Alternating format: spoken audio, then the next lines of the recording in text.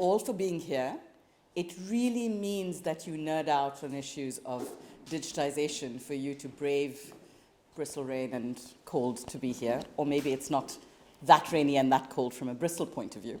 But it's wonderful to be here and to be with all of you and this fabulous panel, including Mutanu, who is coming to us from Nairobi. So thank you, Mutanu, in particular, for agreeing to do this wonderful hybrid conversation, which in some ways echoes the conversation we want to have around what does a hybrid museum of the people look like, and what do our knowledges and our histories that haven't been told or have been appropriated or have been invisibilized or violently destroyed, what does it mean to bring them back to light in ways that we want to express them and in ways that we can share them as a community-led cultural heritage project or process. And so this particular event in the series of 4, as Angelique was saying, is exploring one of the many questions around this notion of a people's unmuseum or community-led cultural heritage project and process, which is around digitization and how and does digitization disrupt the notion of the physical museum that we get from mainstream cultural heritage institutions, of which we know many and have been in many, and both spatially and emotionally and intellectually. And to have this conversation with us, we have a wonderful panel that I know that many of you are really excited to hear from. I'll quickly introduce myself and then introduce them. My name is Anasuya Sengupta, and I'm the co-founder of a feminist collective called Whose Knowledge, which is a campaign to center the knowledges of marginalized communities online. And as we like to remind everyone, that means the minoritized majority of the world. We can talk more about how some of the work that we do sort of also integrates with all the work of the wonderful folks here today. I'm going to now introduce folks from this way in. So Drew Ellery is the Collections Engagement Officer at the National Archives. He focuses on increasing the representation of diverse and marginalized communities within the UK archive collections, and is also passionate about making special collections more accessible using digital technologies. When he's not doing that, he really enjoys bodybuilding. Fun fact. Kelly Foster.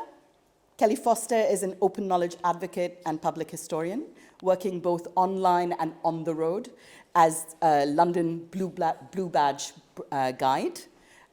Sometimes I start saying Blue Badge Bride, which, you know, it's a tongue twister. There might be something in it.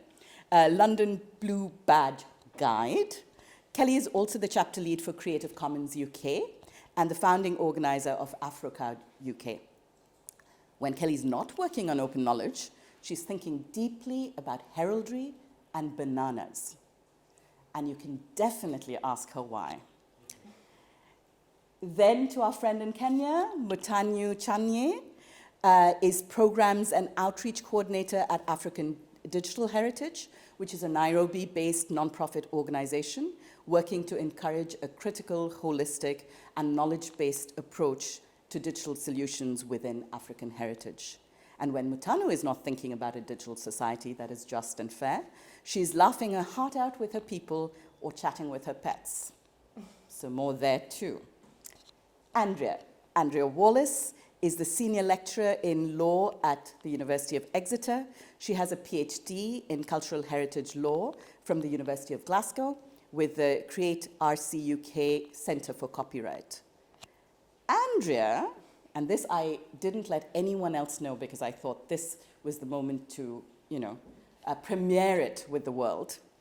Andrea's been working on a large-scale cross-stitch of Beyoncé for more than 6 years now, which is obviously for a paper on copyright, obviously, but also conveniently justifies binging, and she's very open to hearing what she should be binging on next.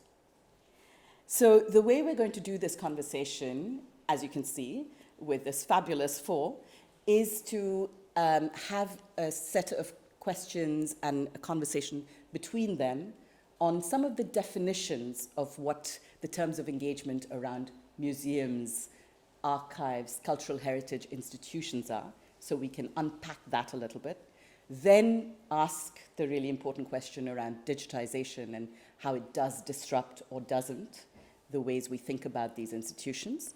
And then go into practice, because I know many of you here in the room today are deep practitioners. And I think one of the things we want to think about is, as we reimagine this unmuseum, these different notions of people's museums, what are the practices we want to really center our work in?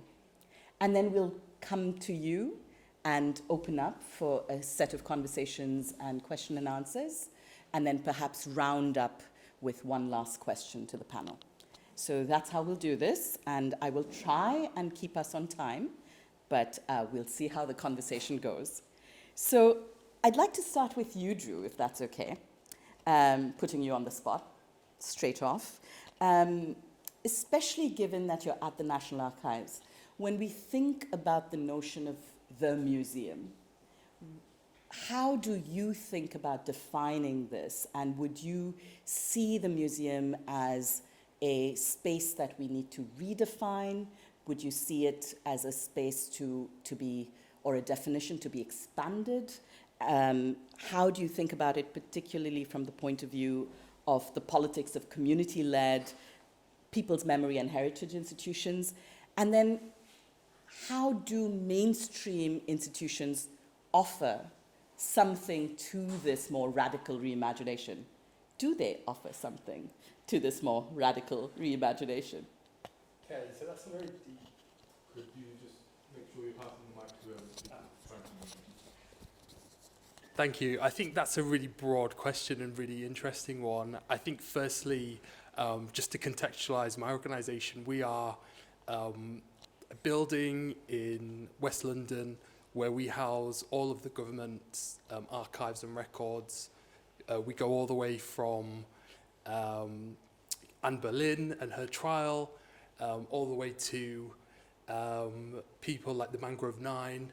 We have all these records. So we are basically a repository of the government, and we are classed as one of these big institutions such as museums. We hold these valuable collections and we disseminate them. And the way that we do that is we use things like blogs, we have a podcast, we run events, we run exhibitions, and any community organisation can do the same thing in terms of how they disseminate this knowledge. So a lot of it comes down to collecting. So it's very much around what you view as valuable and what needs to be stored and captured, whether that's digitally or physically. And then having this sense of this real sense of history around it and value. And within that, there are things like mythologies around national history, nationhood, identity. But I've seen community organisations do this. I've worked at the Ahmed Iqbal Ullah in Manchester, and there is very much this sense of pride around migrant, first generation migrant, heritage and culture, and preserving that. So at the Ahmed Iqbal Ullah in Manchester is very much centred around capturing all histories of first generation traditions and making sure as the generations go by that those early traditions are captured and not lost. So I think, to answer your question, I think any organisation can do what we do. Of course, it may potentially be at a smaller scale, the budget may be smaller, but when you think about the construct of the museum, and if you take it down piece by piece and put together what is valuable about it, anyone can replicate this. And then in terms of these larger institutions and what I feel as though you can take from it is they're open access, you can book to go in, you can order records that are valuable to you and your community, and you can photograph them, you can take these digitizations away and you could create your own narratives around them, your own, you can capture them, you can print them, you can recomposition them into your own archive. So I would say maybe take advantage of the resources that are free most of the time, and learn how to access these larger organizations and take from them, take what you need. Thank you for that, Drew. And particularly, I think, sort of really the fact that you placed access so centrally to the ways that we both imagine, redefine these spaces, I think is really important. And Kelly, I want to sort of push you on that notion of access and the fact that we think about access in many different ways, from many different layers, and particularly politically when we think about Black and minoritized peoples, access means very different things from those who have historically had power and privilege. So for you, how would you define this notion of this hybrid museum as a place that is of access to all? So I think it might be quite useful for us to think through the kind of orthodox ways in which museums, libraries and archives have developed and how they're defined as a discipline or as a profession.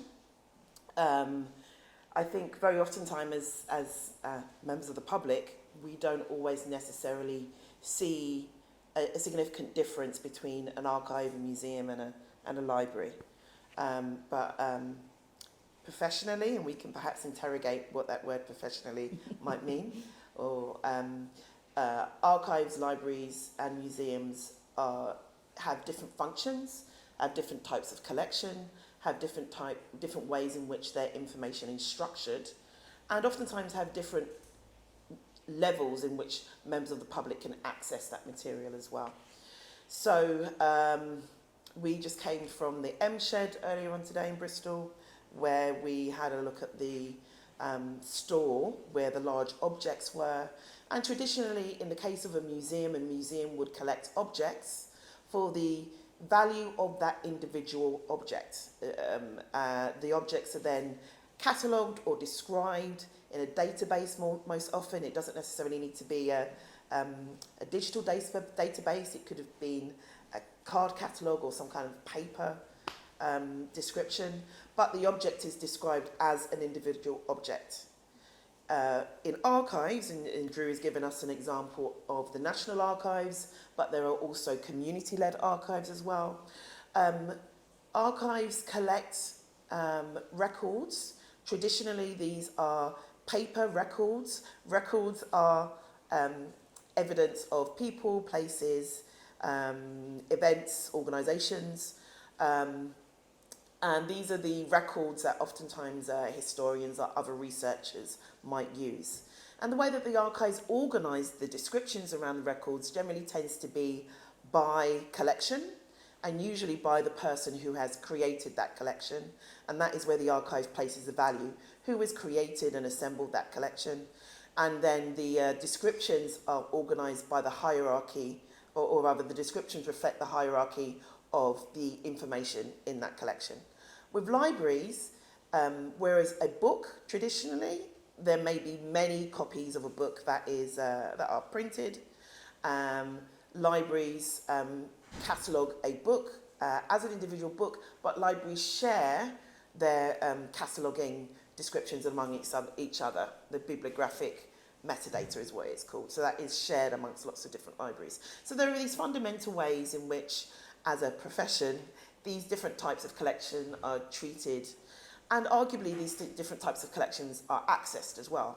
For members of the public, generally the main way that they will access museum collections will be through the gallery space. You'll go into a museum gallery, you'll see how it's been curated or organised and described in the panels or in the design of a museum gallery, and that would be the main way in which you interface with the object and where you're able to identify, or maybe where how the museum as an institution places value in that object. What are they trying to say? What is the story that they're trying to narrate by putting certain objects together? In an archive, however, usually a researcher or a member of the public will go and will look at elements of the archive, any element of the archive still. They're not restricted necessarily by the vision of the curator. They are there to create a narrative based on those archival records. And with a library, in turn, remembering that library is printed material, where there may be many copies of printed material available, you will go as a member of the public and you will access the library. As I'm assuming we've all kind of accessed the library before. So there are different ways in which we access those collections. So we also need to think about the different ways in which members of the public access those collections once they've been digitised. Once the collection, a book, a photograph, an oral history, cassette recording, a object, once that has been digitised, once it's been changed from analogue into a digital format, and perhaps it's available for us to use online, what are the different ways in which we can access it? And in the case of a museum, whereas before with a conventional museum we may have been very restricted in how we can access the entire museum collection, arguably digitisation gives us as members of the public an opportunity to see much more of a museum collection than we could do in a physical museum. But then we also have the assumption as members of the public that we are seeing an entire museum collection when we see a museum catalogue online. We think that we're seeing everything that they've got. When the reality is very often that we're not seeing everything. And reality is as well, very often that it is as curated, that experience of going to a museum website, for example, is as curated as a physical gallery space. And similarly with archives, only a fraction usually of archive collections would be digitised. And even then, only a fraction would even be available in an archive catalogue because archives, as I mentioned, are all unique, and therefore it takes a long time, a lot of resources to catalogue them. So I'm not sure whether that answers your question to the extent that you would like, but where the opportunity is what happens if we are indisciplined and we break down these kind of professional barriers around what is seen as museum practice, what is archival practice, what is library practice. And oftentimes with community archives, so these are archives established by communities, whether it be a community of train watchers or community black cultural archives, for example, in London where I used to work, these kind of barriers of these different types of collections and the different ways in which they are made accessible to the public is much more they're much more muted, or there are less barriers.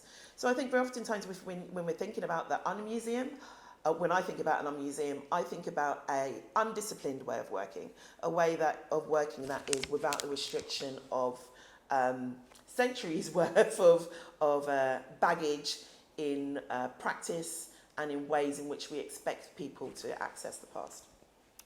Thank you. I really love that. I love the notion of the unruly space, right? The unruly space that where we are rejecting a certain form of disciplinary boundary to be able to tell our stories, share our knowledges, interrogate our histories. And Mutanu, have we lost you, or are you still with us? Just checking. Two participants, yeah. We've lost her. There is a chat, though. Maybe she's Is there a saying chat? something.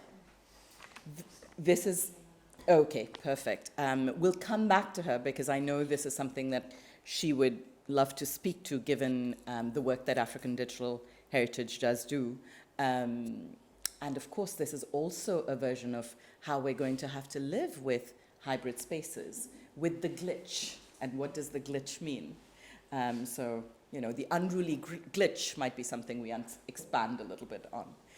But Andrea, since I know you think about power inherent in these conversations around collection, around access, around the ruliness of law, and I meant that pun, and the unruliness of what Kelly is suggesting, how do you think about the ways in which we could reimagine, redesign, or completely subvert the notions of ownership and copyright when we think about unruly spaces of this kind? So I might take a minute to build up to the answer, just to kind of outline how much of an impact copyright really has on how we become unruly and think about these power dynamics and in shifting them. So crash course in copyright. You create something, you own it, you own the expression of that idea for the lifetime of you, and then it passes to your heirs for 70 years. That's incredibly long, okay? So when we take that system and we transfer it to what cultural institutions do when they digitize collections, that essentially becomes a right that is claimed in perpetuity, right? Technology will shift and change. New formats will be created before the copyright in that reproduction ever expires. And there's a legitimate legal question about whether or not there is a valid copyright in that reproduction because it's technically a copy of a work that already exists, right? But when we think about what happens at the expiration of that, it enters the public domain, right? And the public domain is then available for everyone to use. So going back to cultural institutions' collections, when we think about things belonging to the public domain, that then means anyone can reuse the knowledge, the cultural heritage, the image, any of the information that the culture contains for any purpose whatsoever, which is very much a system that can expose certain materials to new forms of exploitation, wealth, and knowledge extraction. In digitizing the work, when the cultural institution makes a copyright claim in that, it then enables them to leverage that work for money, to commercialize it, to license. So we also have a commercial aspect and even incentive when we think about what gets digitized in collections. And this goes back centuries because many, many, many cultural institutions have developed reproductions of their collections based on what is deemed to be of value and can be licensed and can support the institution. When those reproductions are then put forward as representing the values of a collective society, we have like a hyper canonization that occurs. And when we then take those images and we think about what digital collections often are, they're actually digitized images of analog reproductions quite often. So transparencies, slides, because these are the quickest, cheapest forms to get something in digital form. So by the time we get to the digital collection, we have a very small and nuanced understanding informed by that desire to commercialize that goes back, for decades or centuries. When we think about the impact that that has on our perceptions of value, it's immeasurable. And so what then often happens is we now see this shift to open access. Let's disclaim copyright, let's publish it all to the public domain, let's make sure everyone can access and reuse it for any purpose. And that then takes those images and puts them in a system that potentially leads to wealth and knowledge extraction. So one of the things that we're thinking about, of course, in becoming unruly is who is making the decisions around the reproductions, who's making the decisions around the levels of access, and maybe turning the law on itself in a way that creates more equitable relationships with access, how people can reuse them, and how we think about them in digital environments. And so I think there are some really interesting conversations around that instead of relying on copyright as a way to kind of think about and protect and either extend access or not, we start to think about more equitable relationships where maybe we're assigning all the rights over to the community of origin or the individuals of origin or people who have been dispossessed of cultural heritage and allowing them to make the decisions. Institutions can submit to those types of relationships, those types of laws in other countries. We can reduce those to contracts and to relationships that really reverse those power inequities through the law itself. Is there an example of that you can offer us that helps us understand that a little more deeply? So there's been a lot of discussion around, of course, the restitution of cultural heritage. One example is a lot of the objects from Benin.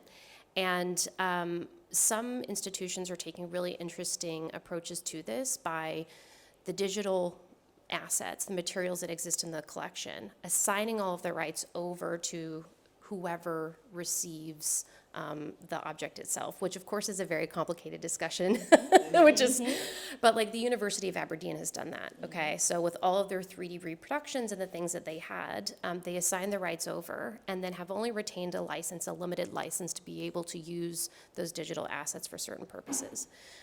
We're also seeing, really interesting approaches to full restitution and total withdrawal, not leaving copies of the digital reproductions in the institution who has held them over the course of dispossession, because even being able to grant permission or not controls who's able to critique the institution, who's able to critique those histories, to connect with the works, and it's a form of narrative control as well.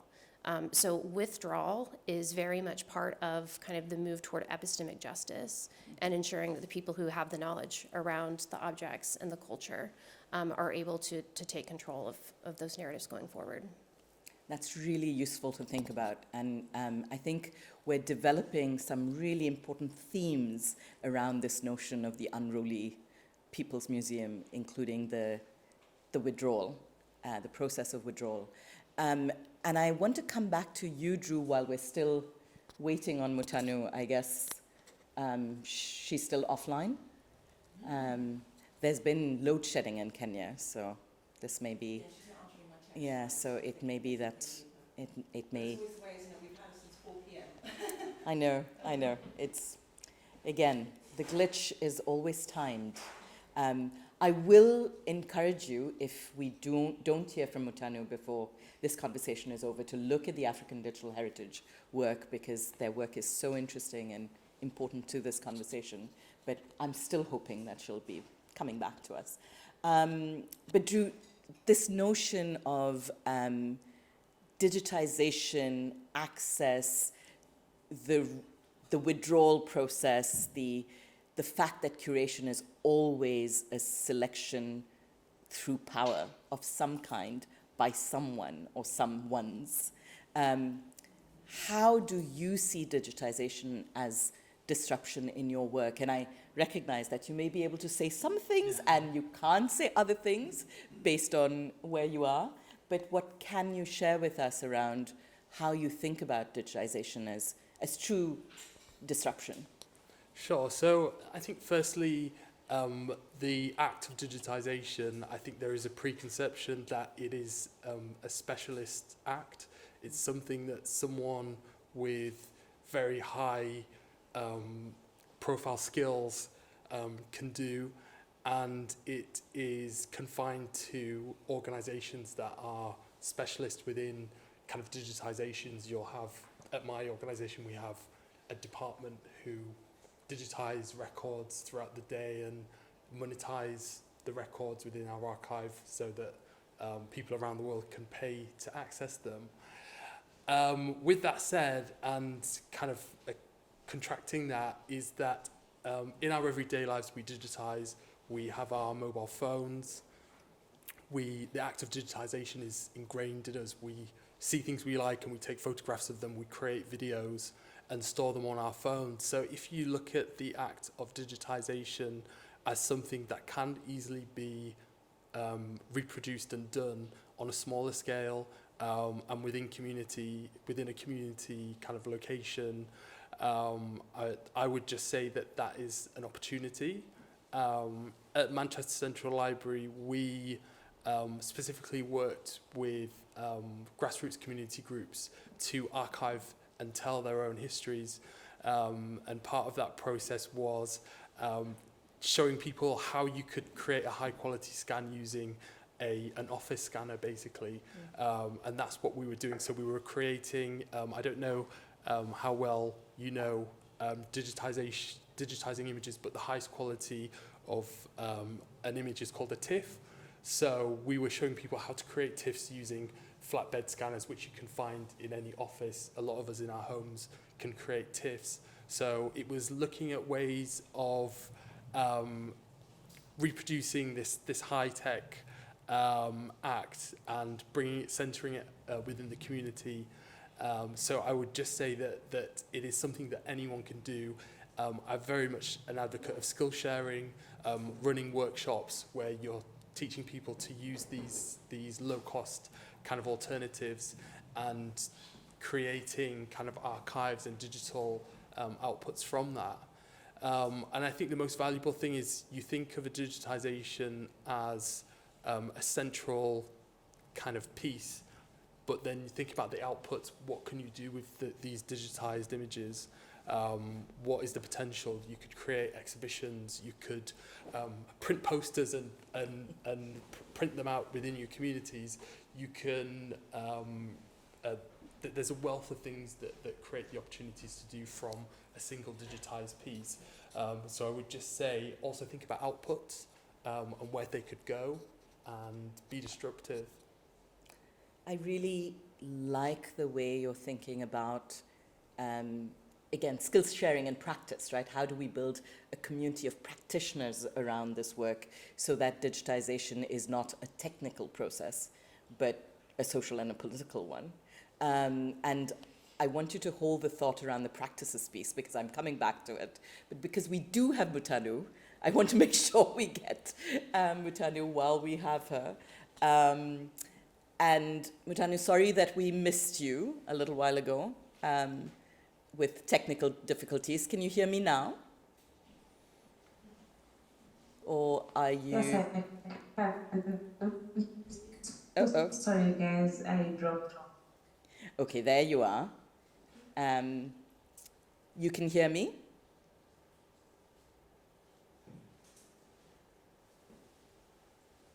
Okay, Yes, that's... I can. Can you hear me now?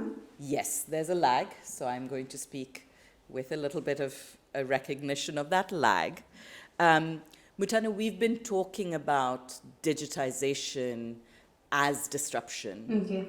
And whether it is truly disruptive depending on who is doing the digitization of what and how.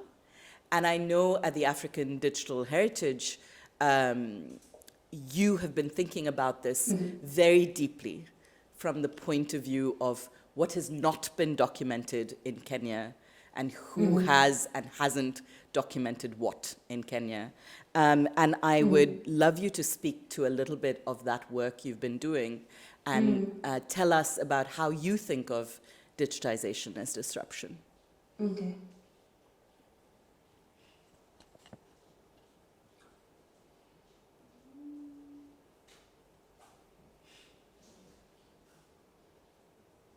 It's about the Art Museum.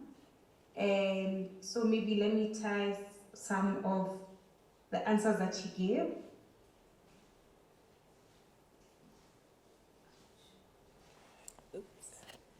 So Space that digitization is trying to fill. Can you hear me? we can hear you now.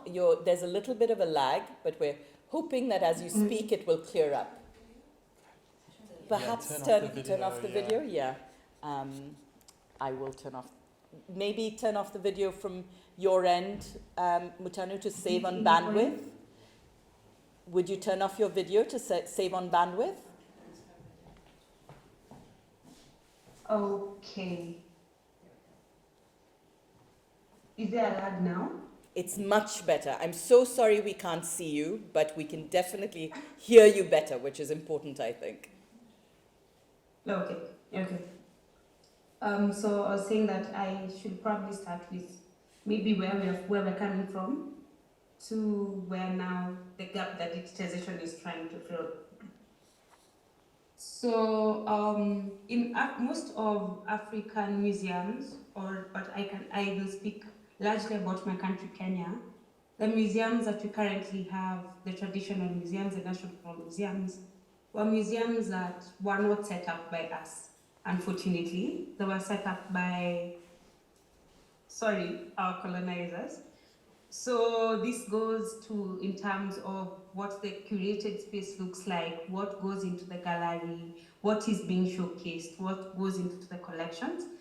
And then after we gained independence, we inherited the buildings plus the systems. So in Kenya, we find that most of the people who go to the museums, they are not traditional Kenyans, but people, but tourists, because they weren't built with the African lens to it. And then I remember when we started the conversation around digitization and digitization of collections, the museums then had this question about then what happens to the revenue collection, because to them it was what happens to revenue collection, because they were thinking that when they digitize these collections, then people will have access to them from wherever. So they will not need to come to the Nairobi National Museum, for example, to interact with whatever is in the museums. But then after trying out a few trials with digitizing some collections, we realized that digitization actually opened up this space to locals who were looking for answers and have been looking for answers. And then because with digitization, then they had to have these collections to give access to these digitized collections, maybe through WhatsApp, maybe through their Twitter or their Facebook pages, and then they interact with Kenyans who had these questions, and then Kenyans will now, after doing a little bit of research, go to the actual museum to see what these collections and these artifacts look like. So now here we have this case where we argue that digitization does not take away from the traditional museum, but it supplements to it, yeah? And they can coexist in the same ecosystem.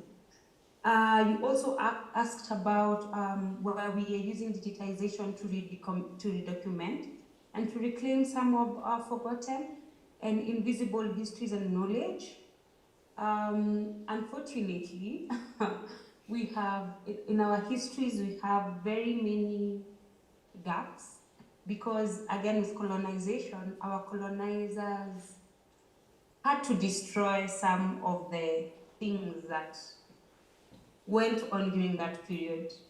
And so when the new government gained, when the new independent Kenyan government came into power, they had this narrative of it's best to forgive and forget.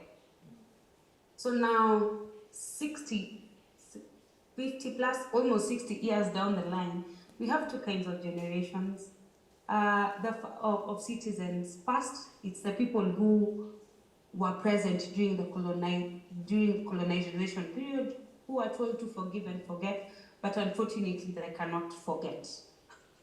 And then we have the new generation who was not present there, but they can see these systemic injustices playing till now. So now the question here comes, then the young generation is asking, how are we supposed to forgive and forget something that we do not know? Because unfortunately, in the eradication of the past, in some cases we have, for example, we had detention camps in Kenya, where what we term as our freedom fighters, or people who are fighting the colonial rule, were being detained and, for lack of a better term, mistreated. And in those places now stand schools and churches because of the narrative that we need to forgive and forget and get on with the development agenda. So the young generation is now asking, what do we forgive? How can we forgive something that we do not know? So in this place, to try and reimagine this time and to document this history and to try and solve these challenges that we're facing right now that are very systemic, raises a group of historians who now, from the photos that they have that they can access, though very few, and the histories that they're being given with the people who went through the colonial era, are trying to simulate some of these structures, to simulate some of these camps. And this is actually one of the projects that we're working on.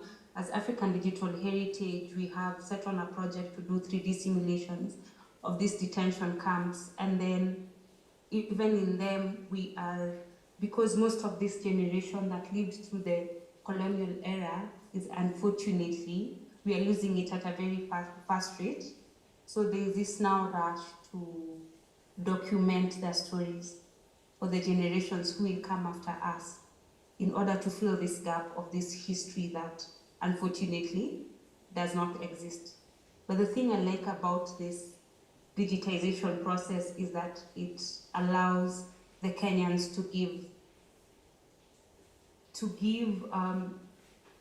it gives the voice to the Kenyans to at least write their history in their own terms, and yeah, based on what they went through and what they think is what they think the future generation should know from their own perspective. Yeah. Mutanu, that's such a powerful example. Thank you so much for sharing it with us. And if I may ask you a follow-up question, because you brought up something really important about the politics of memory and spatiality. Mm-hmm. These concentration, the fact that these concentration camps were made into schools as a way of, in a sense, selective forgetting of a deeply oppressive set of histories, means that even as we think about the physical space of a museum, and you talked about how digitization is a complement to the physicality of a physical space, how do you think, what do you think are the most important practices of thinking about spatiality, the physicality of a space like a museum that is a memory institution of some very difficult, deeply oppressive memories of our peoples, and at the same time, the spaces, the hybrid space of the digital. Do you think that that there's a way of thinking about spatiality and the digital that can also be interesting and unruly, is the word that Kelly used earlier, where we're throwing the rules out and reimagining something much more radical?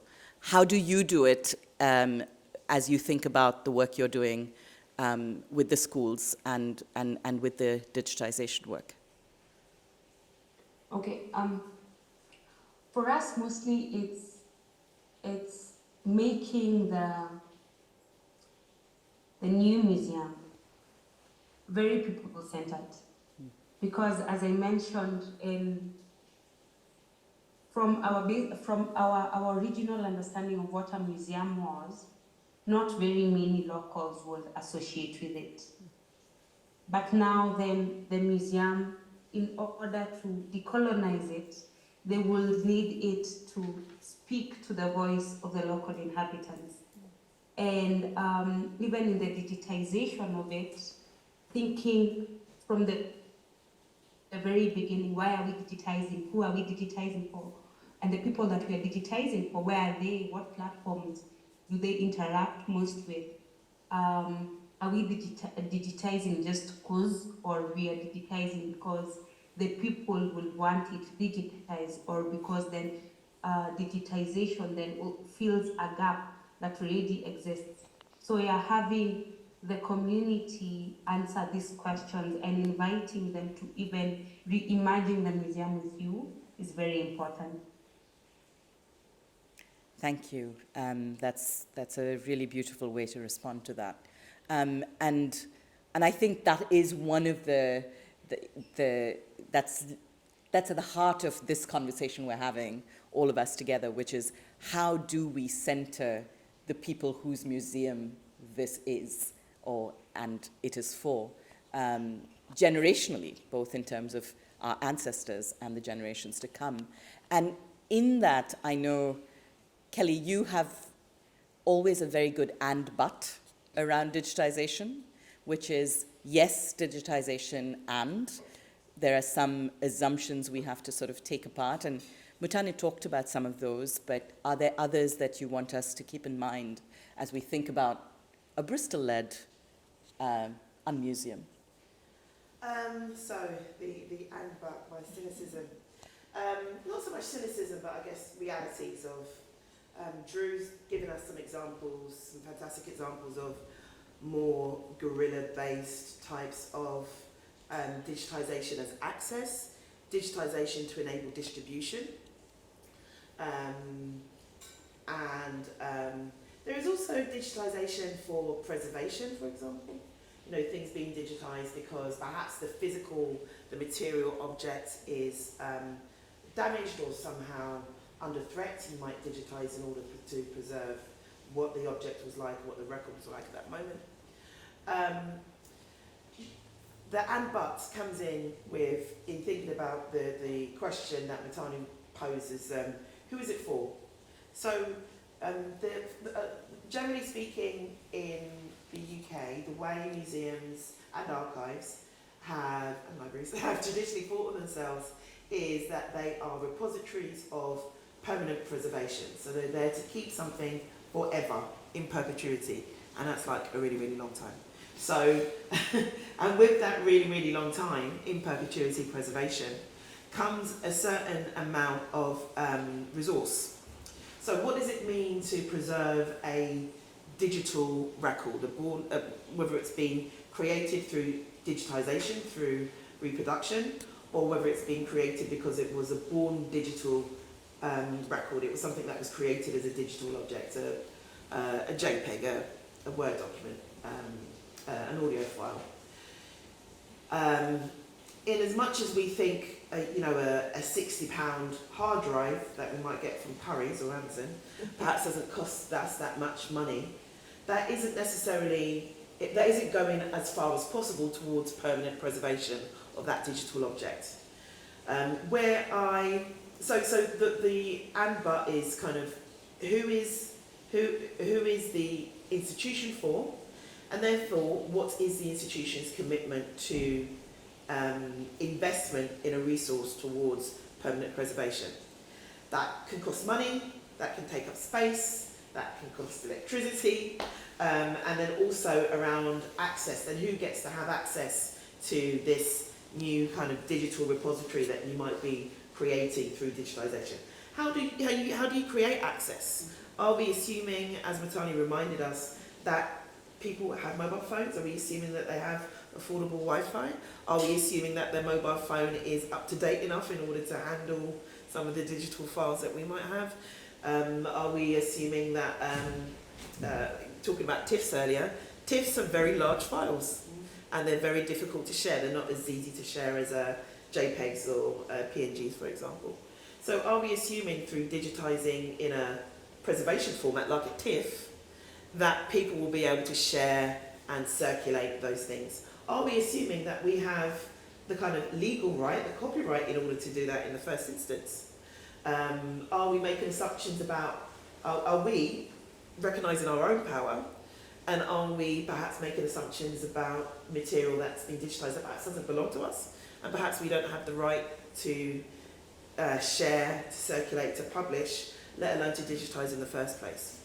And then in turn, as an organisation, as an institution, an organisation, and then what is the risk upon the institution by not taking those things into account? But on the other side, what is the opportunity if we are, for that organisation, if they're risk averse? For me, I always think about copyright as a risk assessment.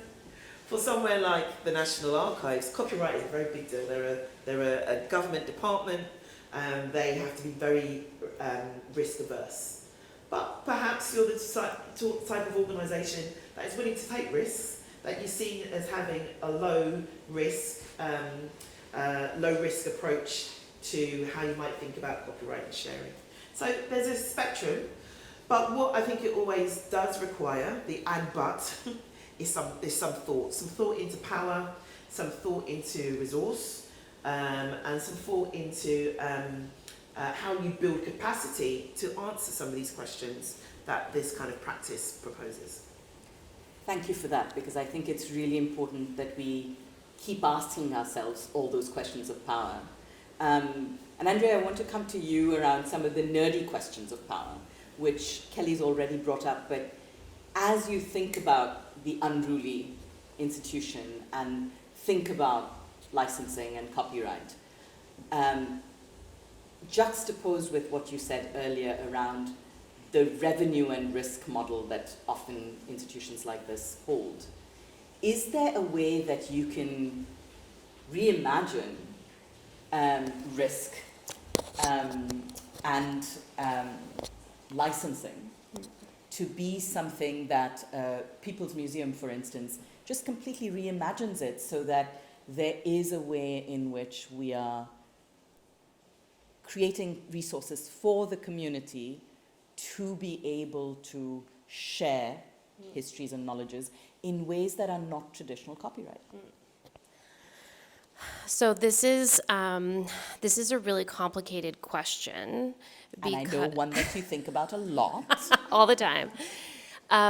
Okay, so if we think about the digital reproduction and we take the legal position that there's no new copyright that arises if it's a faithful reproduction of a work, then we inherently submit it to a system that is binary. It's either in copyright or it's in the public domain. And if we say it's in the public domain, it's available to everyone to reuse.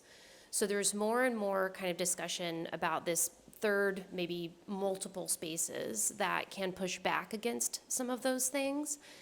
Copyright is very much about ownership and individual ownership and a right that can be enforced. When we start to look at community ownership, community rights, and rights that can be shared, and how we can think about that within that third space, it's when it gets really, really interesting and kind of magical.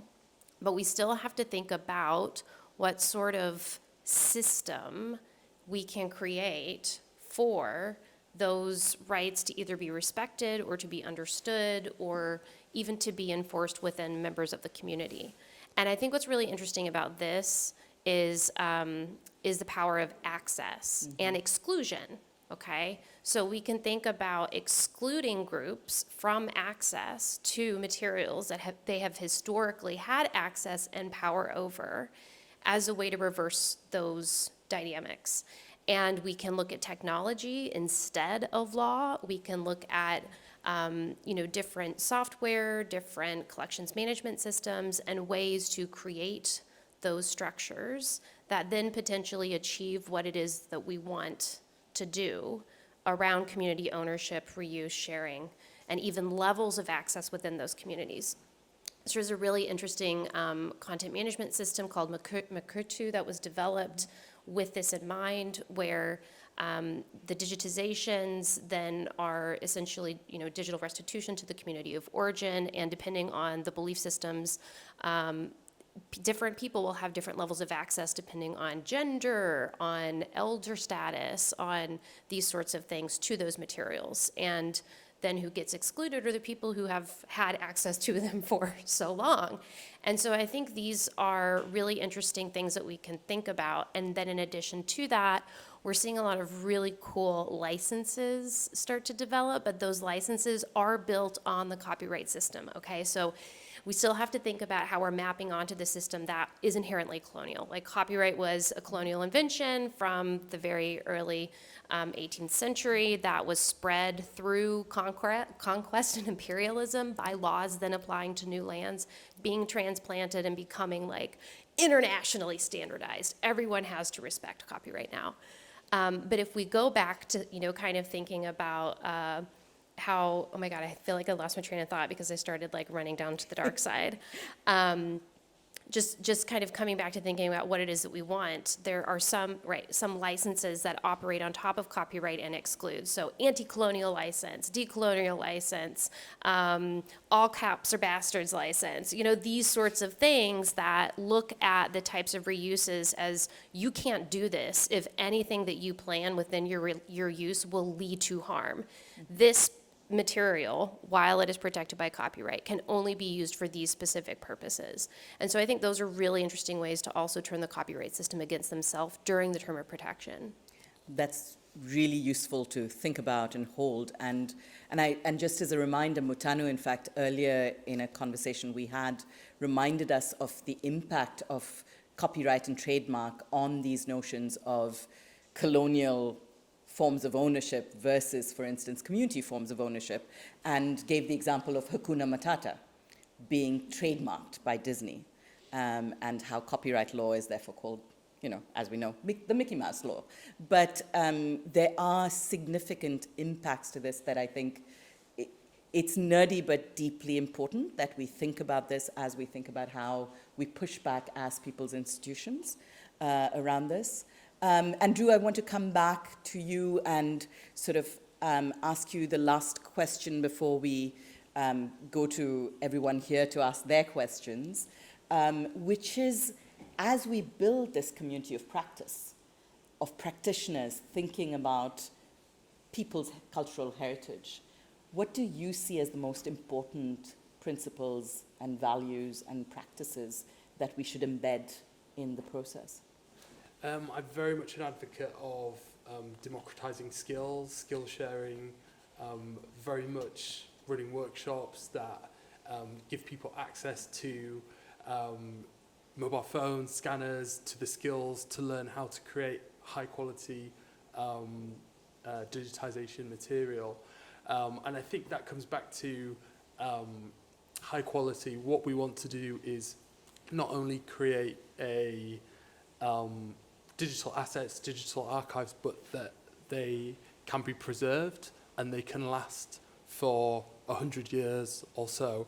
So I would say really embedding this this knowledge of how to produce high quality outputs that can be disseminated in different ways.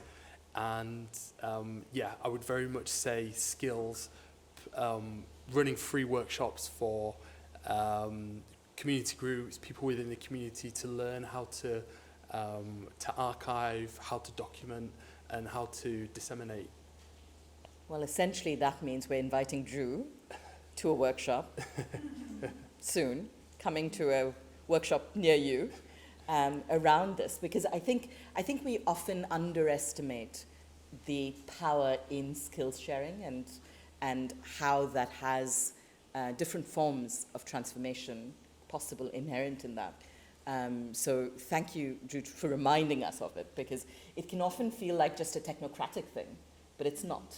It's actually deeply meaningful and very political. So that's a good place to stop the conversation here, but I know we'll continue as I turn to all of you and ask you what you'd like to ask. As you can see, this extraordinary panel who will answer any question you ask of them, including on cross-stitch and Beyonce. And bananas. Mm-hmm. There you go. And please introduce yourself as you ask. I'm Derek Tanner. I'm the Enterprise Development Manager here at DSWN. Just listening to the debate is really interesting because on the one hand we're talking copyright law in all those other aspects, on the other hand we're talking disruption. And in the very beginning of digitalisation in the likes of Facebook and stuff, they should be really covered under the law of publishing. But they've disrupted it and say they're just like, we just manage content, it's nothing to do with us. And therefore they've disrupted that control mechanism on their activities.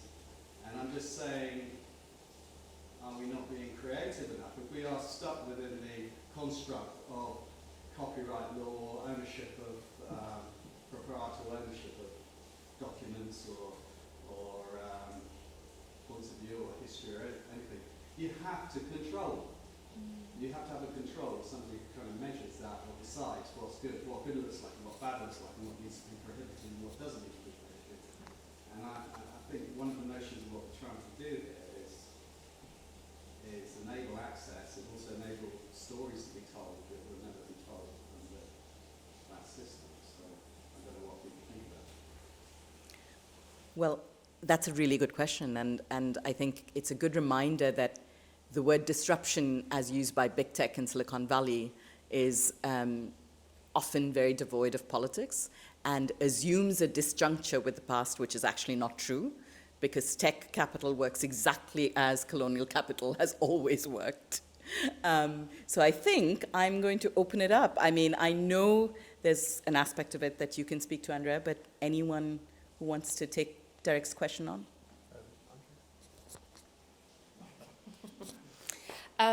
So I think there's a few different things here that are important to both of these comments and how they play together, and that is often the lack of regulation around some of these things that enable people to build power, and how then it becomes local, national community's responsibility to try to mitigate the harm that can occur around that.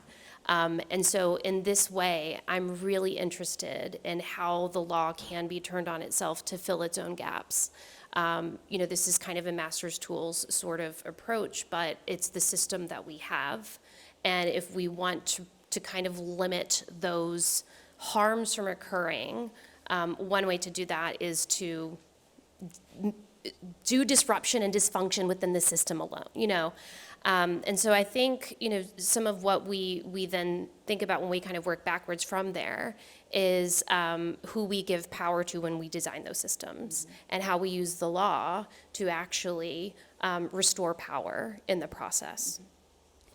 That's great. I might actually ask Mutanu, because I'd be really interested, Mutanu, if you can hear me, to see whether you are thinking and are able, in the Kenyan context, to really reimagine some of these issues around copyright and trademark, given that you're working at multiple levels of the law, both colonial histories and colonial laws, but also then your national laws of the present. And is there a way in which you've come to this question and disrupted it, to use the word of the day?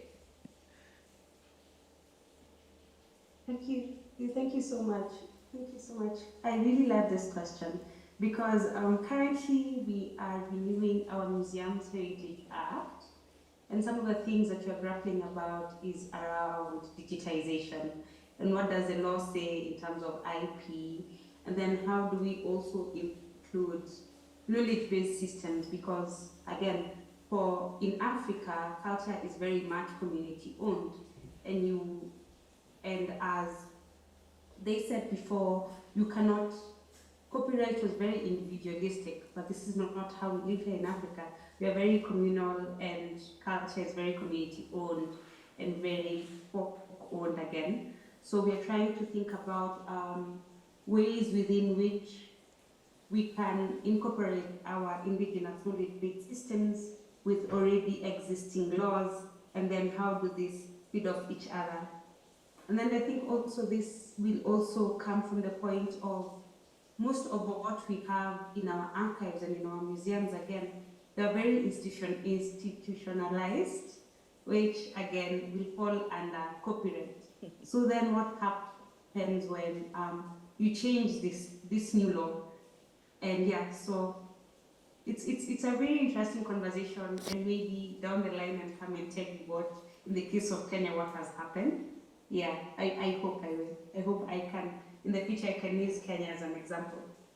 We really look forward to that. Are there other questions?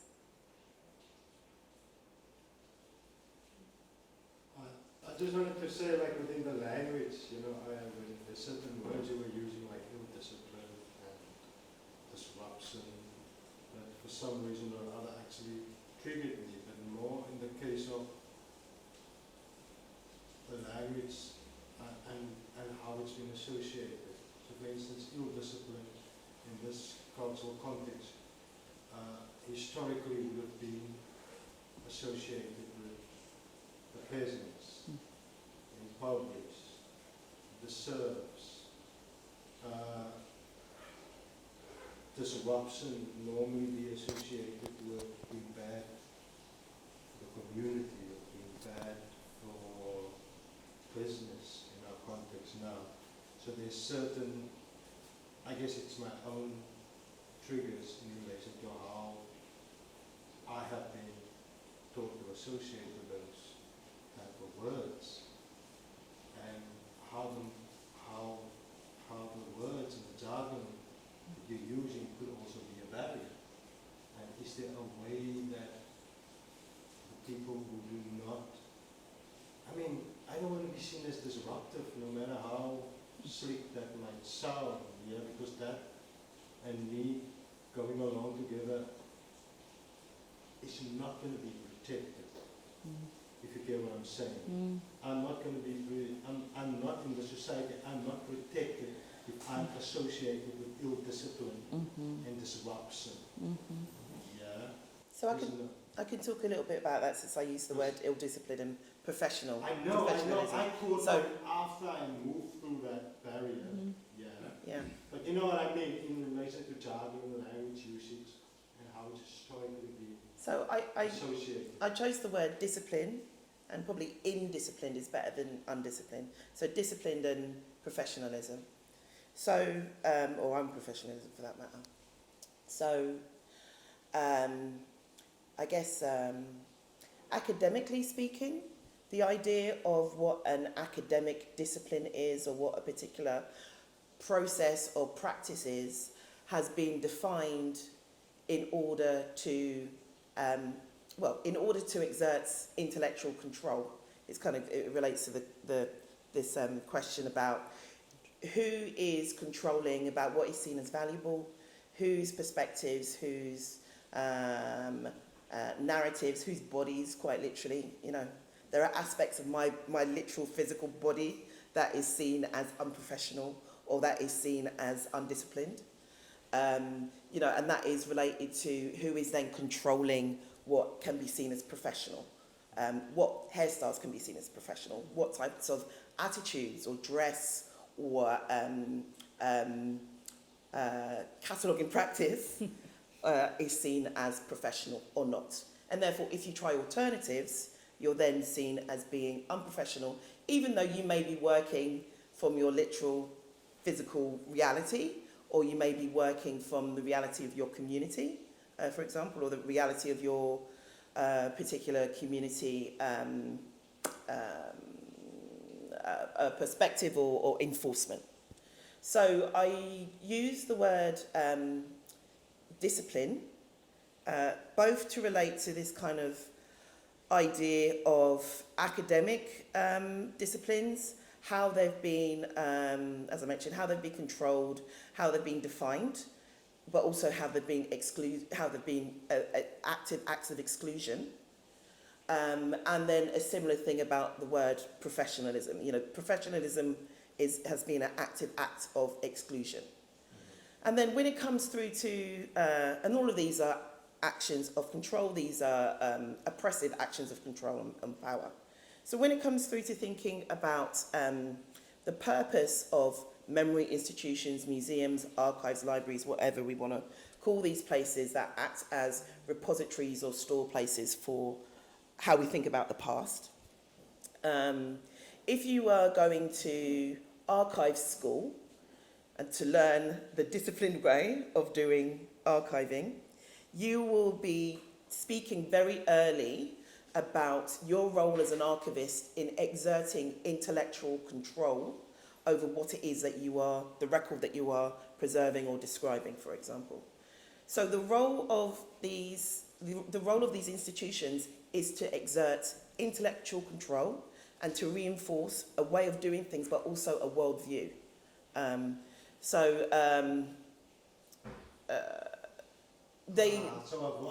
you mean a worldview from their perspective? Yeah. Yes, exactly. So the type of stories that's documented isn't necessarily per se institutionally racist. It could just be the person who's the archivist will copy and say what is important to them. Yeah, both. It happens at all the levels. It happens at the level of the person doing the work, how the person doing the work is valued or undervalued. They are also exerting their individual perspectives on how they might see something and how they assign value, and the institution. So museums, archives, libraries, and universities are all institutions that were established to exert, reinforce, reproduce the intellectual control of colonial and imperial structures. They are, I spoke about the intellectual control, the language that you might learn as a student going to archive schools, but that is a function of those broader institutions as well. They're controlling what knowledge is seen as valuable, they are controlling what knowledge is seen as, or even what knowledge they think can exist at all, to be honest. Yeah. So can I ask you, so you say, is there any institutions in the UK that you've interacted with that you would say is not institutionally racist in even how they are arranging themselves now? say there's any, or would that, That is not. would you find those only to be as like NGOs or community? Is there any institutions you would say? Me personally, Or anyone who's interacted, where would we find ones, one not against along institutional racist principles, even if that was part of their foundation? so me personally, I think the UK as a country is racist. The kind of structures that we're living in, the world that we're living in, is one that is defined by racial hierarchy. And so therefore the institutions of this state, we can't escape institutional racism, because we are in a society that is structured by racial classifications. So, you know, we attempt through our daily action, through our living, through our daily interactions, we attempt to, let me speak for myself, I attempt to subvert that, to question that, and I attempt to work towards dismantling those hierarchies of racialization. But even institutions that are black-led, for example, or non-white-led, we are still working within the restrictions of racialization and racial hierarchy as well. And I think that's the reason we're having this conversation, which is to recognize that when we are trying to reimagine and redesign spaces, whether they're physical or digital, that tell our stories in the ways that we as communities want to tell them, this is a story of resisting the ways our stories have been told to us, right? That not what has been seen as knowledge, what has been seen as history, who has been seen as knowledge and who has been seen as history. We're really unpacking that, we're dismantling that, and that is a dismantling that is about colonialism, it's about racism, it's about oppressions of many different kinds. It's about patriarchy, for instance, it's about ableism, it's about sexuality and homophobia. So part of it, as we use these words, I think we're using words in order to recognize that words and phrases like rule of law are not just phrases. They're ways of structuring the way we inhabit the world, the way we inhabit space, the way we walk into a room, have been structured for us through these histories. And so we have to really think very deeply about how we unpack those structures, recognizing we're always complicit in them as well, because this is what we've grown up in. I think you very beautifully put it. It triggered you because there's a safety and security issue for many of us when we say things like being unruly, being indisciplined, because we've been told always, if you're not ruly, if you're not disciplined, there will be consequences. But who has set that structure up, or who has set up those structures for that to be a consequence for people who have the bodies and the minds and the souls that we do? I think that's at the core of this work. So we've had, in some ways, a technical conversation, in some ways, but it's a deeply political conversation that matters to us at the very core of our own identities and the identities of those we live and love with. And I just want to add to that, because I think it's a really important point to relate to law. Law cannot regulate what it cannot define. And so that line drawing and meaning making around certain definitions and words is how we then get to the point of discrimination. And those sorts of things, while they may seem like they're not really relevant to how we then view museums and even the information and the knowledge that's in them, are very much related to the histories of collections, of even copyright. The types of expressions that were historically made by women and people of color were literally not recognized in copyright law as being protected craft, antiquity, things that got defined as these sorts of expressions so that the people who would make them could not support themselves independently through the economic interests that quite often white men were supporting themselves through and creating entire bodies of art history and scholarship around. So there's been a focus on those sorts of creative expressions for a number of reasons while these have been excluded, and that impacts what information was collected at the time that they were acquired quite often. You look at these sorts of collections and you see that they're by an unknown artist, you know, taken from this region, or this region. And so even the metadata and the things that get embedded in the digital asset that then gets published online and becomes machine readable reinforces these biases about where this stuff arrives and distributes online. So I think it's really important because it helps us then start to question that meaning making and what sort of meaning we want to shift and kind of reclaim a word or reclaim a definition or reclaim a form of regulation. You speaking about unknown makers, and that is a tag that's very often given to what's seen as craft or ethnographic collections. So this is art from what we might now define as, or at least art from the formerly colonised world. It's an unknown maker. Is it really unknown though? It's just that nobody bothered to write it down because they never thought it was important. So there are always these decisions that are being made by institutions that sometimes we think of, or processes even, that we sometimes think of being as neutral, but they're almost always assigning some value that says, oh, this maker, this community, this particular worldview isn't valued enough to be written down, isn't valued enough to be recorded and to be incorporated into kind of ways in which we can access knowledge today. Drew, do you want to speak to that in any way? Just wanted to make sure. I feel as though both of you have really eloquently kind of put that. I don't think I've got anything other to say. I think that was brilliant. Mutanu, is there anything you'd like to add to that?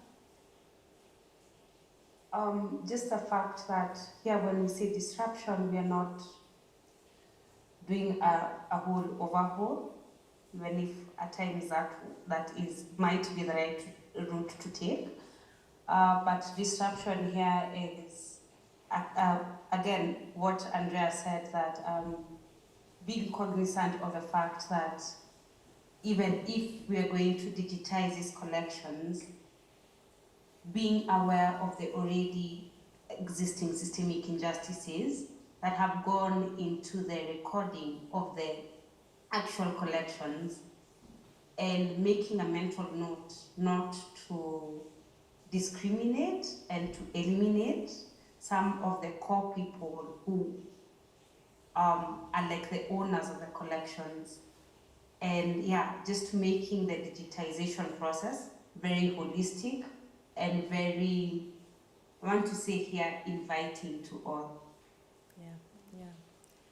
Thank you for that, Mutanu. And thank you for your question, because I could feel the energy here just shift that little bit for it to land, not just in our heads, but in our bodies, about what the implications of this conversation are. What are the implications for really thinking through very intentionally and deeply and politically about these spaces of memory, whether they're, physical or online. So thank you very much for that. Are there any other questions? Go ahead, Kian. Question. Introduce yourself as well. Kian. My name's Kian. I'm like a filmmaker, artist, and I grew up in the city. A question I had is, I was just curious, like what brings you up to like the work you do, and what motivates you? That's what I'm just. That's a great question. Who wants to go first? Go on, Jill. I was really interested, and I still am very interested about these histories that haven't had as much kind of enthusiasm around, been kind of talked about or disseminated within schools, and a lot of my work within the archive is looking at these figures, especially black figures from the early 19th century, and I didn't know there was black people in kind of London, activists like people like Robert Wedderburn who were really doing really fantastic work, but their records and the academia around them has kind of largely been kind of unappreciated. So Tell us a little about Robert Wedderburn. Yeah, so Robert Wedderburn, he was born into slavery in Jamaica. He was freed by his father, who was also his slave owner.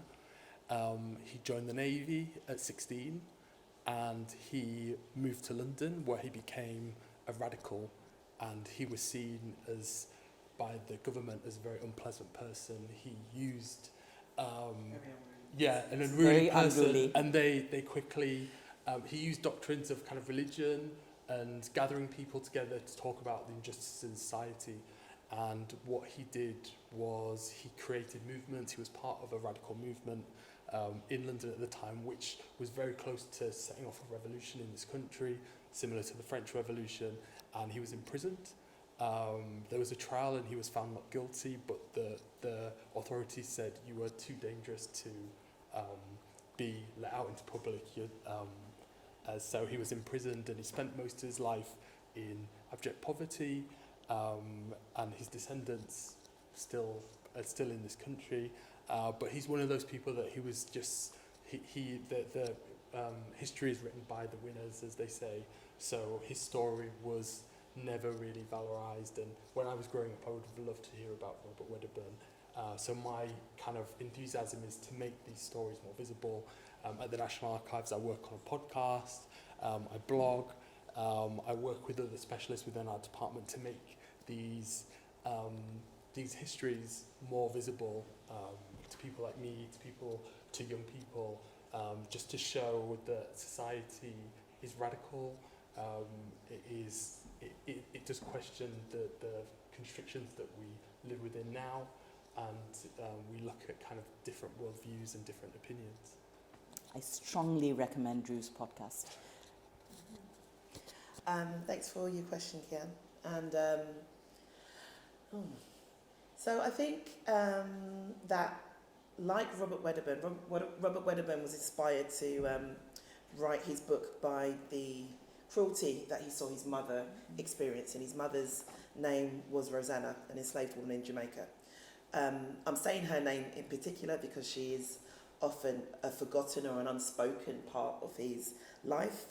Robert Wedderburn's father was a wealthy man of property and in slavery in Jamaica, but also he was a Scottish aristocrat as well. So it's women like Robert Wedderburn's mum, I think, is the kind of one of my core inspiration.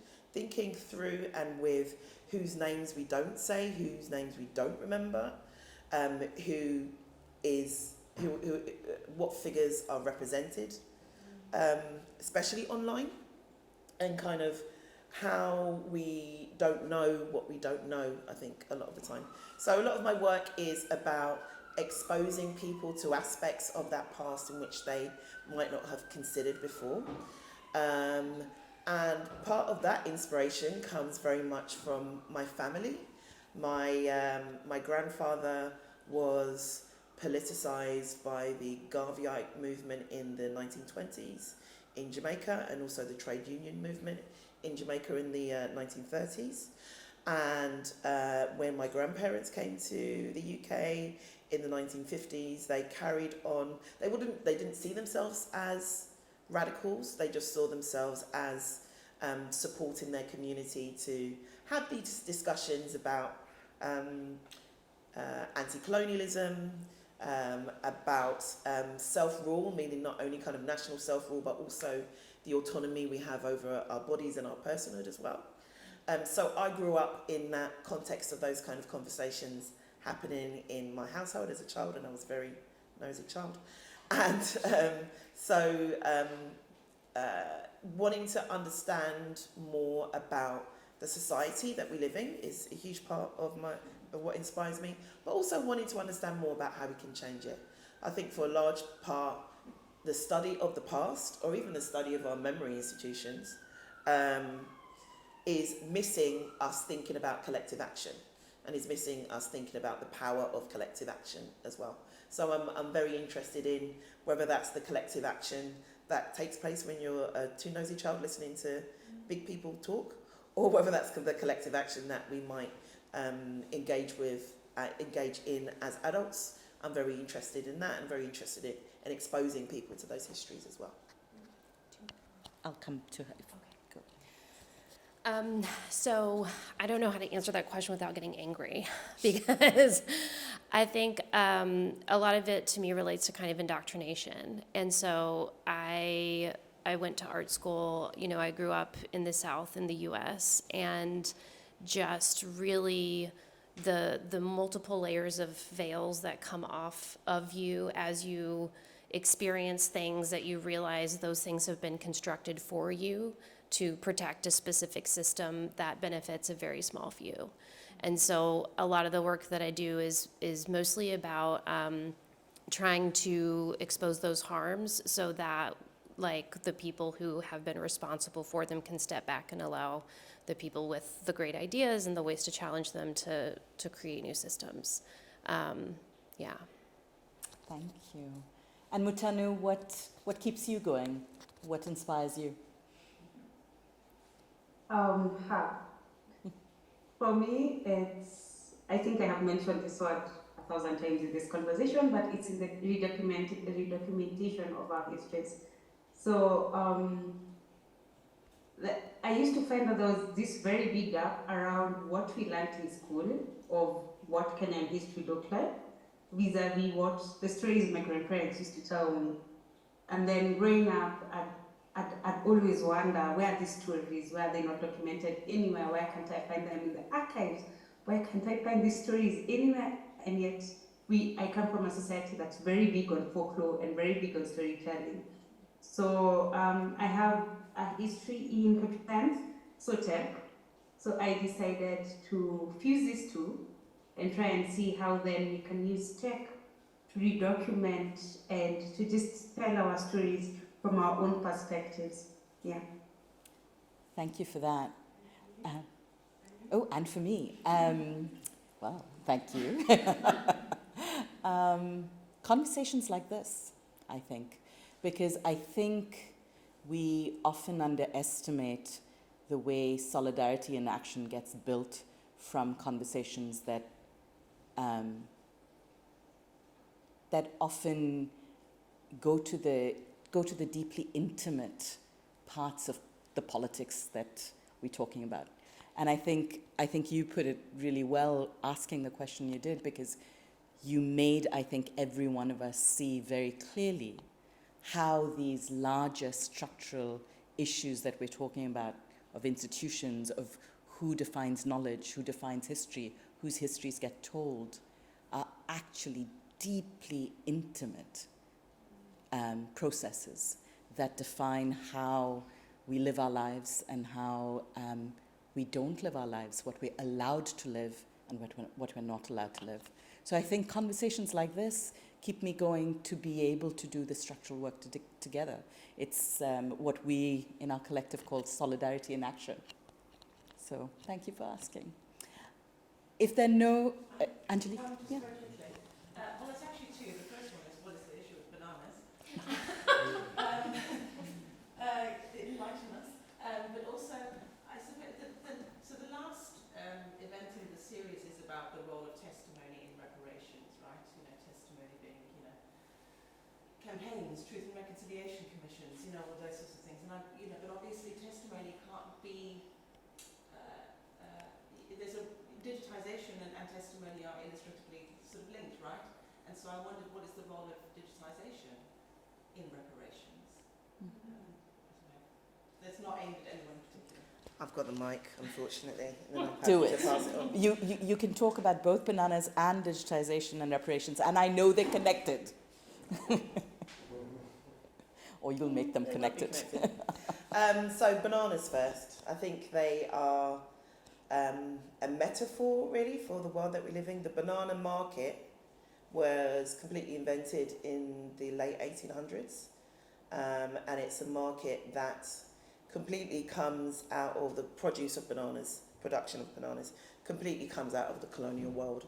But for us that goes and buys a bunch of 5 at the supermarket, that's invisible to us. The conglomerations behind the productions of bananas. And also the production of bananas, because it comes out of the colonial world, are responsible for a lot of the infrastructure of the banana producing regions of the world. So it's because of bananas that certain regions of the world has railways, or that certain roads are built, or that certain shipping routes exist, is all because of bananas. So for me it's an interesting but mundane metaphor for the kind of colonial realities of the world. And the other question, reparations and digitisation. For me, in thinking about repair and reparations, and even truth and reconciliation as a process, as has been defined in places like South Africa or Canada, for example. So first of all, it's about identifying what people understand repair to be.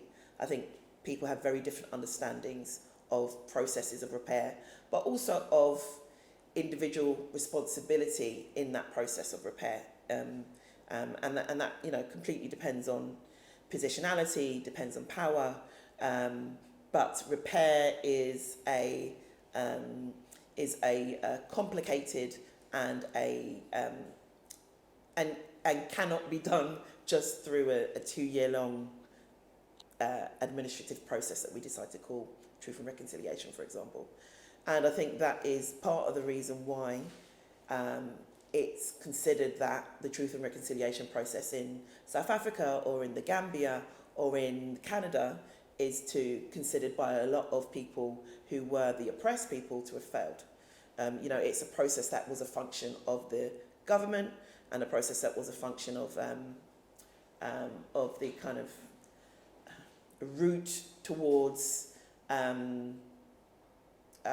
what the government or what the state could call justice. When I think for a lot of oppressed people, they haven't necessarily seen it as being a just process, or a just decision about what that process is. And then finally on repair, also what we understand by, so what people understand by reparations and what people understand by repair, 2 very loaded terms, and reparations especially has got the weight of centuries worth of struggle. I think oftentimes it's used in a way that doesn't necessarily incorporate those centuries worth of struggle.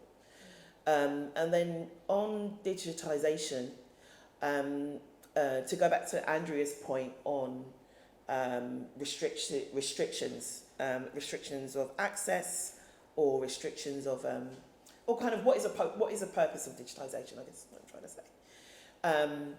Is what is being digitised, is it to record it as an archive for future users or future researchers? And therefore, because in thinking about repair, these are very intimate, very delicate testimonies potentially. So what is then the responsibility of the person recording those testimonies in making sure the person making them is protected legally, is protected physically, is protected in a number of different ways. And then also what is the value in recording them in the first place? And just thinking through what the purpose of recording them. Are you recording them for recording's sake? Is it the process and the kind of participation that is the powerful thing, or is it that it's an attempt to create an archive for the future? And in that case, is the archive for the future something that you might want to open up in 100 years' time as opposed to being open in the present? Is it something that you might want to restrict people from accessing? An example for this is, I think it's Boston University. So Boston University did a number of oral history testimonies with people in Ireland who were active in the struggle against the struggle against British imperialism in Ireland. And they decided to close a number of the interviews, recordings. They decided to close them for 50 years because what was spoken about in this process that was supposed to enable repair and recovery, what was spoken about would be criminally liable. But the special branch, special branch actually, decided that they wanted to have access to these oral history recordings that were done by Boston University and that the university had committed to closing until, for the life of the person and then for some time after. And Andrew might be able to tell us the result of that. I can't actually remember the result. I think it might still be in court. But the organisation that is doing these recordings has a duty of care as well. And so, which is always why, I think it's always useful to think about whether you want to record something in the first place. By not writing something down, or by not recording something, you are sometimes protecting somebody while still enabling that process of repair or recovery to take place. And I just want to say to that as well, also to recognize that recording with careful, intentional consent is also an extraordinarily joyful and empowering process as well for those who enter into it with that knowledge. So there's both, it's again the continuum of how we ask the questions and hold the conversations and enable the duty of care, recognizing that you're on this continuum around digitization, around testimony, around reparation, that is on a continuum between deep memories of pain and deep possibilities of joy as well. And they're not separate either. And consent is on a continuing process exactly. as well. Someone might withdraw consent, say you get a consent at the beginning, perhaps they didn't think about what it is that they were going to talk about, and they might withdraw consent at the end. So what are also the processes of building trust and consent in the first place, or building trust in order to give informed consent, and then also what are the processes if somebody withdraws consent Along the way. Yeah. Yeah, that is, it's a dynamic relational process. Go ahead. Thanks for this, it's really interesting. So touching on the duty of care, what you guys talked about, is there practices in place for particular archives, for instance, if somebody from maybe a press community wants to engage in the documents or the documents or the research?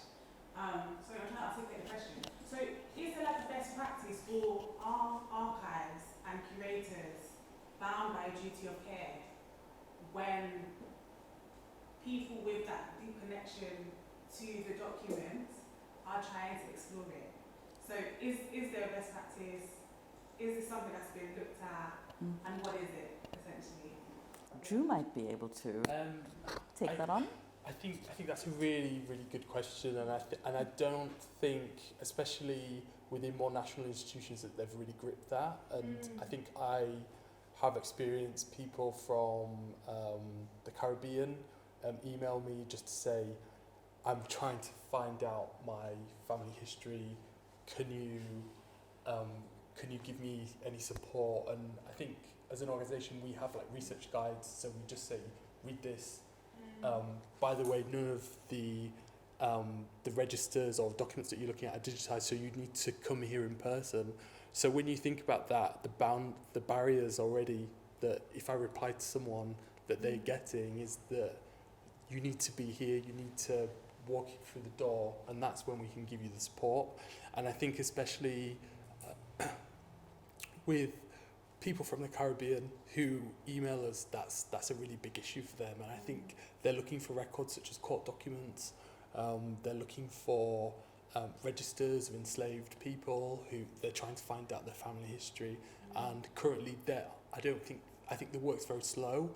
And I think because our organisation is very much based around monetisation, so we license things to organisations like Ancestry, Find My Past, there isn't more of a community-centered or like holistic approach to like history and people who haven't been able to access it. I think the direction that we go in as an organisation is to be monetized and things like that. So I think Ancestry actually are making registers, some of their registers of enslaved people, free to access without that. But that's down to the companies to decide who gets access to it and not us. So I think a larger institution like mine, I don't think we have gripped that as much as I would like to say we have. Yeah. So I've got a bit of a story about the records that Drew is talking about, which are the records of, what are they called them now? The slave registers, which were like censuses that were done as the British state was working up to the abolition of slavery. They basically were counting and identifying all of the enslaved people in the British Empire, how old they were, where they were enslaved, and also who enslaved them, who their owner was. And they were doing this counting in order to estimate the value of the enslaved people in order to pay compensation to the enslavers come abolition. So it's a really essential for people from, well, not just from the Caribbean, but mostly from the Caribbean and also Mauritius and places as well, a really essential component in trying to find an enslaved ancestor. So Ancestry.com digitizes records that are seen to have, how did Andrea put it? I wrote it down, it's very good. They were seen to have, they digitize records that have a commercial opportunity. And obviously there's a lot of money in genealogy. You pay your £19.99 a month and you do searches and you find your ancestors. So they were initially digitizing, I think this was about 20 years ago, maybe a bit more. They were initially digitizing these slave registers at the National Archives, expecting for them to be incorporated into this subscription system of accessing genealogical records. They saw them as just another genealogical record. And in fact, a genealogical record that told you more about the enslavers than about the enslaved themselves. And even you can see that on Ancestry. I think it might have improved now, but when they were first available on Ancestry, how the names of the enslaved people had been transcribed, and indexed, they were transcribed and indexed very badly. Whereas the information about where they were enslaved, the parish, the colony, and the enslaver was legible. So there was a campaign led by a man called Arthur Torrington and also an organisation called Legally, demanding that these digitised records be available free to the public. And the language that Arthur used and Legally used was that because the descendants of enslaved people had been alienated and dispossessed from their history, there is a duty and a responsibility for Ancestry, because essentially what the National Archives does is that they sign an exclusive license to a digitizer like Ancestry, so nobody else can use them. So they, Arthur and Legally, they said to Ancestry, you have a duty of care to provide access to these records for free, and this is also an essential act of reparations. That campaign, it took a bit. They weren't initially convinced Ancestry weren't initially convinced in order to do it. But that is the main reason now, today, you don't need to pay the $19.99 to get access to those registry records, but you do need to log into the website. Another example that I want to give, hopefully quite quickly, is I think they're called the Michael Graham collection. This was a collection of photographs and images and other archival documents collected by a man called Michael Graham. Remember I said in archives that the person who created the record is a person that an archive cares about, of images and records to do with enslavement. So he went around antiques markets and auctions for decades, collected all these things, put them together, and then he sold them to the National Maritime Museum in Greenwich. This collection was eventually digitised by the National Maritime Museum in Greenwich, incorporated into their, this is online now, incorporated in their online index catalogue, and the National Maritime Museum in Greenwich was then charging people in order to license and use these images. So black-led organisations, for example, wanting to create educational resources, were having to pay a licence fee of around a few £100s in order to reproduce. And these are images that are out of copyright. You know, they're from the mid 1800s or early 1800s, late 1700s. Also, they were bought by the National Maritime Museum with public money. They were bought with a loan, not a loan, a grant from the what was then HLEP, the Heritage Lottery Fund, which is supposed to go in towards benefiting the public. So anyway, so you have all of these examples of duty of care and lack thereof. yes, and even a lack of seeing the kind of ethical responsibility, whether it be for the museum or for the commercial interests like Ancestry.com. And those are just the examples that I'm aware of. I'm sure there are dozens of other examples that I'm less well aware of. Thank you for that excellent question. I'm very conscious of time and that we've been here for a while, and we've been here because this has been such a fascinating conversation. I know all of them will be very happy to continue the conversations with us, but I'm wondering whether we can just close this part of the evening with one last question that I'll ask each of you, and I'm hoping that you can offer it to the Black Southwest Network and its community. What is one wish or hope you have for this People's Museum that we are imagining together as a community? And maybe I'll start with you, Andrea. Since I'm holding the mic. So I would be really interested in how the practices that are developed with the Unmuseum shift and infiltrate the museum.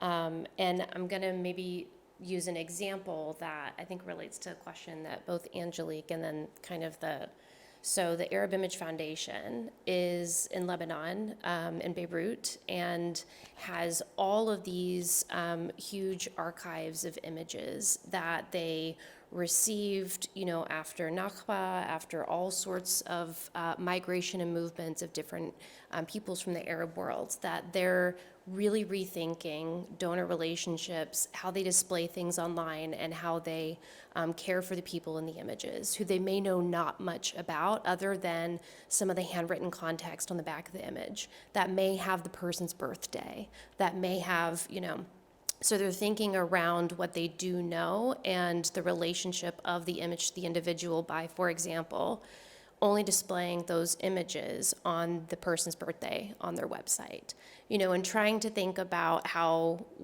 what metadata, what gets collected, how we start to care in relationship to these very object-focused approaches become, more about care and centering the individuals who are either depicted by or related to the objects in their care. And I would love to see that sort of thing happen with institutions too.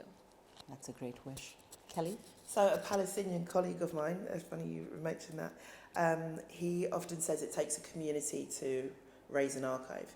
So I hope that the Black Southwest Network will continue to nurture its community in order to raise the archive or raise the art museum.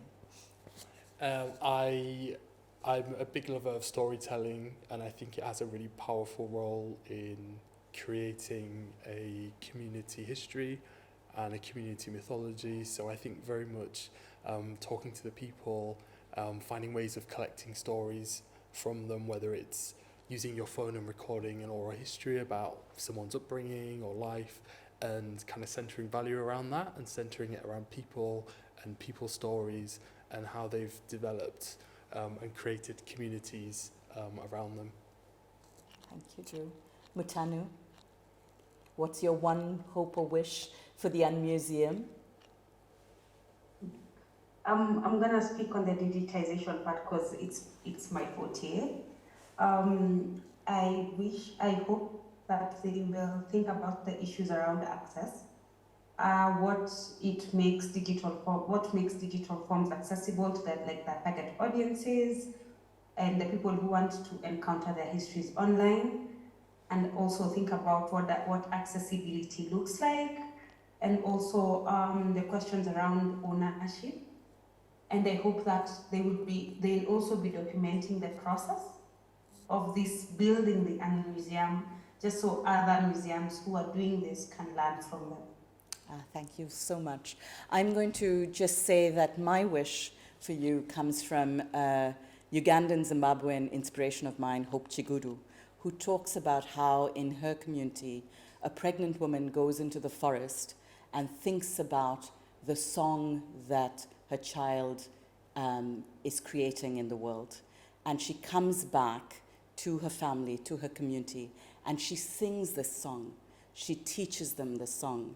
And this song stays with the child as the child grows up and as the child dies, and continues as a legacy of the child in the world. And so I invite BSWN and its community to think about what the soul song of this museum is and who is creating the voices for it. So thank you very much for having us. Thank you for coming, and all the best to all of you.